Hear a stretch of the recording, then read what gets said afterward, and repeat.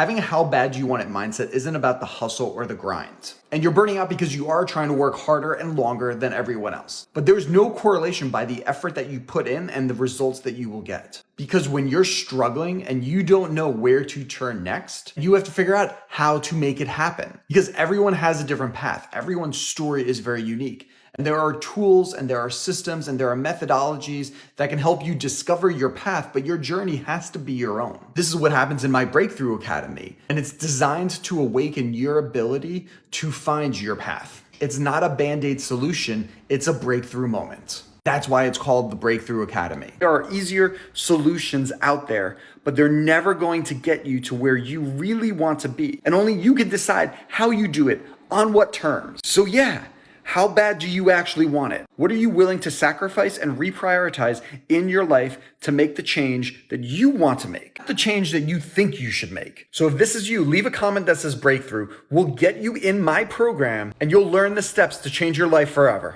Now here's the hard truth. Hard work no longer pays off. We were told when we were younger, work hard, we'll find success. But that is no longer the case. Right now, it is just pure survival mode, and people who are working hard really have nothing to show for it. They don't have any money in their savings, they don't have an emergency fund saved up, and they can't really afford any luxuries. They're just affording basic needs for survival, like food and shelter, and in most cases, people can't even afford that these days because of the high cost of inflation. Especially during this environment, hard work is not going to get you a raise, it's not going to get you a promotion. In most cases, people are actually losing money. They're not getting raises, they're getting pay cuts because this whole job market is terrible, the economy is terrible, and the only way hard work would pay off is if you start a side hustle or a business where you can actually scale your income in those cases. Now, of course, those are very risky and a lot of businesses fail, and it does take a lot of time and in some cases a lot of money to start up a side hustle or a side business. I've seen a lot of cases where those risks have paid off. So that is something to consider if you're looking for a second job. Maybe start a side hustle instead. Let me know down in the comments what your thoughts are and take a look at the rest of these clips. What the fuck are we doing, man? Is this how good it's supposed to be? Is this how our lives are supposed to turn out? If you go to college, you got debt until you're 50. If you don't go to college, you don't make enough money. People are fucking tired, man. I was talking to a friend.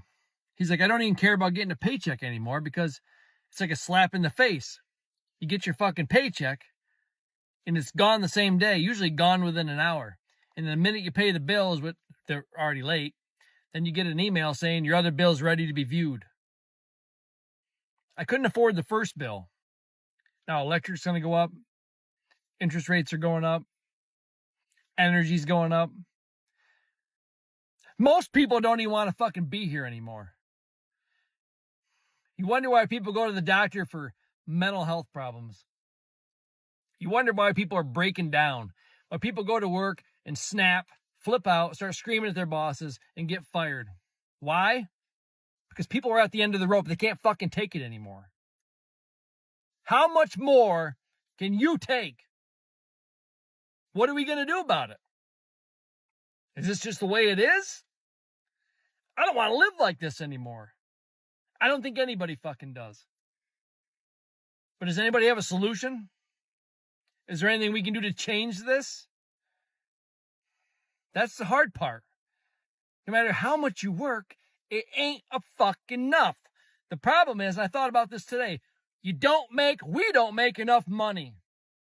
There's not enough money to pay everything and have a penny left over. You're always fucking negative. And what are we going to do about it? I need somebody to tell me because I don't know anymore. Many times, the worker that's working really hard and they're really great at their job is not the person that's being promoted. They're oftentimes held in those positions for a really long time, unfortunately, because the company doesn't know or they don't have a plan for how to backfill for this person. This person is really well, they do really well with their work. They know what they're doing. They probably know what everybody else does too and how to handle their work. God forbid somebody needs to be out. And that's what makes this person very, very valuable.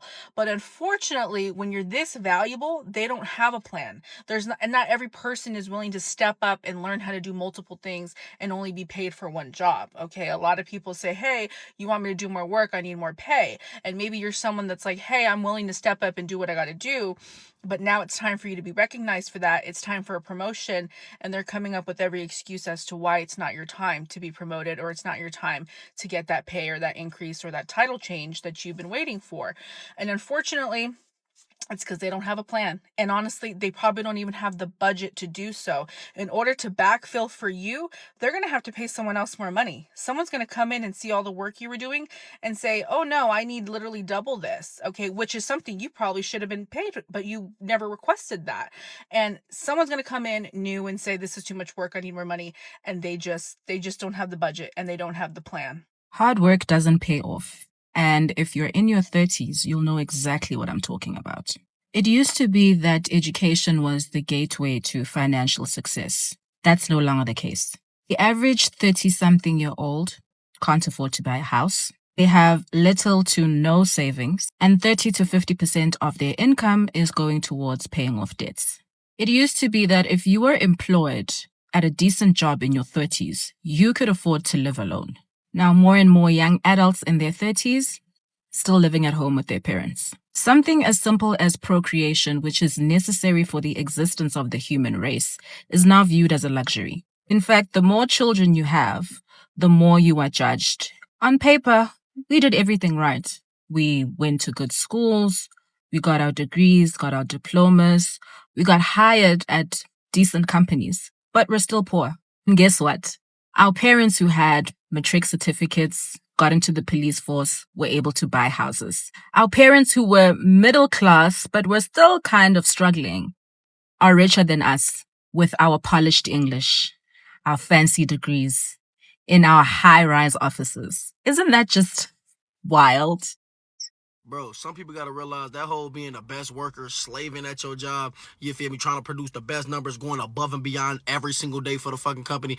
A lot of people have to realize that's only going to get you so far. I get a lot of people say, what if you want to move up in the company? What if you want to... Everybody can't do that.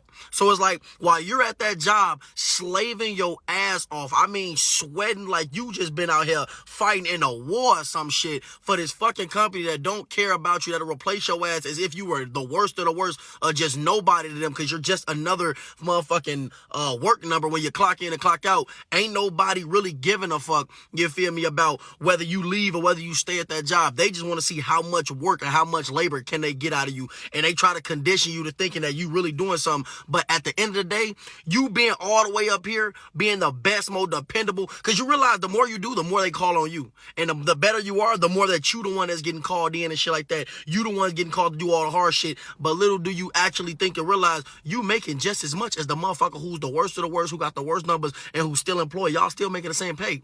And like, yeah, motherfuckers first thing they'll say is, yeah, but that's how you move up. Everybody can't fucking move up, gang. A lot of motherfuckers are going above and beyond to be stuck in the same fucking place over a period of time, G. So many employees have worked so hard in their career only to throw in the towel, only to let the fire dim out because they're working for a company that has given them no reward for all their hard work and efforts. And I'm not saying that you always need a reward. I'm not saying that it's something that you always need. But when you've done it for so long, consistently, always helping your management team, helping your team, helping the company, and you don't see anything, not even a raise at the end of the year, it's like, yeah, of course the fire is going to dim out. Of course the staff's not going to go above and beyond. And the company wants to look around and say, why is nobody willing to help? Maybe that's why. Maybe you're too busy looking at the things that they're not doing and you're not looking at the things that they are doing. We need to stop lying. It's not true. There's someone who has put in 10 times more work than someone else and has half of someone else's success, who's done next to nothing. Like, you may get here, which may be pretty successful, but you may not get all the way over there where you want to be. Do you know what I mean? Just because you've put in 2 decades of hard work, especially in creative industries. The thing that's dangerous with that is when we don't reach the level of success that we want, we then blame it on ourselves and be like, oh my gosh, like I haven't worked hard enough, I haven't done enough, and that's where I'm not where I want to be. And that isn't always the case. Let's take acting industry for example. Like, you need someone to be like, it's you're next up, it's you're the one. Yes, working hard does put you sometimes in a better position. It may put you in positions of opportunity, but when you're in those positions of opportunity, it still takes someone to be like, it's you.